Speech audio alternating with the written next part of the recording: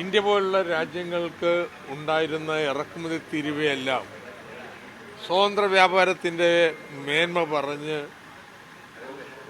ലോക വ്യാപാര കരാറിൽ ഇല്ലാതാക്കി.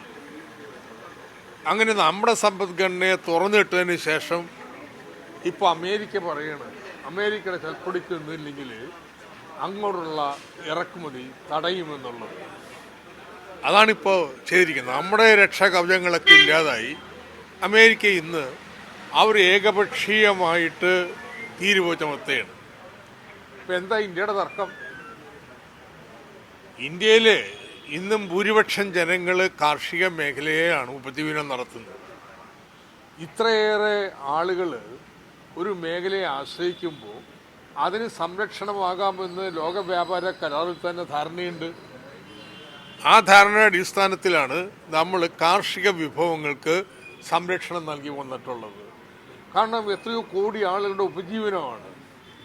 ഇപ്പോൾ റബ്ബറിൻ്റെ പ്രശ്നം, റബ്ബറിനെ വ്യവസായ ഉൽപ്പന്നമായിട്ടാണ് കരുതുന്നത്, കാർഷിക ഉൽപ്പന്നമായിട്ടല്ല. അതിനെതിരായിട്ടാണ് കേരളം വലിയ സമരവും ഒക്കെ നടത്തിക്കൊണ്ടിരിക്കുന്നത്. അപ്പം നമുക്കിങ്ങനെ പരിമിതമായിട്ട് ഇത്ര കോടി ആളുകൾ ഉപജീവനം നടത്തുന്നത് കൊണ്ട് അതിനുള്ളൊരു സംരക്ഷണം അമേരിക്കയിലേക്ക് വില കുറച്ച് കയറ്റുമതി ചെയ്യാനൊന്നുമല്ല. ഇവിടുത്തെ ഗോതമ്പൊന്നും അങ്ങോട്ട് പോകത്തില്ല. നമ്മുടെ നാട്ടിലെ കൃഷിക്കാരെ സംരക്ഷിക്കാൻ വേണ്ടി ഉണ്ടാക്കിയതാണ്. അതിനെ അമേരിക്ക ഏകപക്ഷീയമായിട്ട് വെല്ലുവിളിക്കുകയാണ്. ഇന്ത്യയുടെ കാർഷിക മേഖലയിലുള്ള സംരക്ഷണങ്ങൾ ഇല്ലാതാക്കിയില്ലെങ്കിൽ ഞങ്ങൾ 25% നികുതി ചുമത്തും എന്ന് പറഞ്ഞുകൊണ്ട്.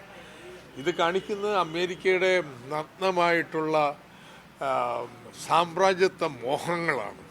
അത് വൈസ് പ്രസിഡന്റ് വാൻസ് കഴിഞ്ഞ ദിവസം പറഞ്ഞു. അദ്ദേഹം ഒരു പ്രസംഗത്തിൽ പറയാണ്, ഞങ്ങൾ ഈ ലോക വ്യാപാര കരാറിനൊക്കെ സംബന്ധിച്ചപ്പോൾ ഞങ്ങൾ ചിന്തിച്ചത് അമേരിക്ക മത്സരിച്ച് മുന്നേറുമെന്നാണ്.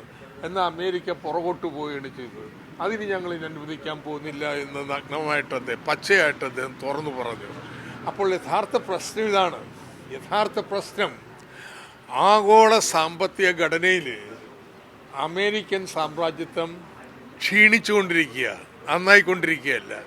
അപ്പോൾ രണ്ടും കൽപ്പിച്ച് അമേരിക്ക പഴയതുപോലെ വില്ലനാക്കാൻ വേണ്ടിയിട്ട്, മഹാനാക്കാൻ വേണ്ടിയിട്ട് അവിടെ ട്രംപ് ഇറങ്ങിയിരിക്കുകയാണ്. അത് ഫലവത്താൻ പോകുന്നില്ല. ലോകത്തോട് മുഴുവനും അമേരിക്ക യുദ്ധം പ്രഖ്യാപിച്ചിരിക്കുകയാണ്. ഈ വഖഫ് ഇന്നലെ ചർച്ച ചെയ്തു. അതിൽ പിന്നെ രാഹുൽ ഗാന്ധി ഉൾപ്പെടെ രാജ്യസഭ കിടക്കണ്ടേ, ബാക്കി അവിടെ കാണാം. രാഹുൽ ഗാന്ധി ഇന്നലെ ചർച്ചയിൽ പങ്കെടുത്തില്ല, പ്രിയങ്ക പങ്കെടുത്തില്ല എന്നൊക്കെയുള്ള വിമർശനം. കോൺഗ്രസിന് രണ്ട് മനസ്സാ. ഒന്ന്, BJP വടക്കേന്ത്യയിലെ വലിയ വിഭാഗം ജനങ്ങളെ വർഗീയമായിട്ട് തലതിരിക്കാൻ കഴിഞ്ഞിട്ടുണ്ട്. കോൺഗ്രസിന് അവരുടെ വോട്ട് കൂടി വേണം. അതിന് പറ്റുന്ന മൃദുഹിന്ദുത്വ നിലപാട് കോൺഗ്രസ് സ്വീകരിക്കും. എന്നാൽ ദക്ഷിണേന്ത്യയിലാണ് കോൺഗ്രസിൻ്റെ പിന്തുണ. അവിടെ മതനിരപേക്ഷ നിലപാട് ശക്തമായി പറയുകയും വേണം. അപ്പോൾ നമ്മുടെ വേട്ടപ്പെട്ടിയെ പോലെയാണ്, മുയലിനെ പോടുകയും അതോടൊപ്പം തന്നെ അതിനെ ഹണ്ട് ചെയ്യുകയും ചെയ്യുന്ന ഒരു ഏർപ്പാടാണ് കോൺഗ്രസ് കൈക്കൊണ്ടിരിക്കുന്നത്.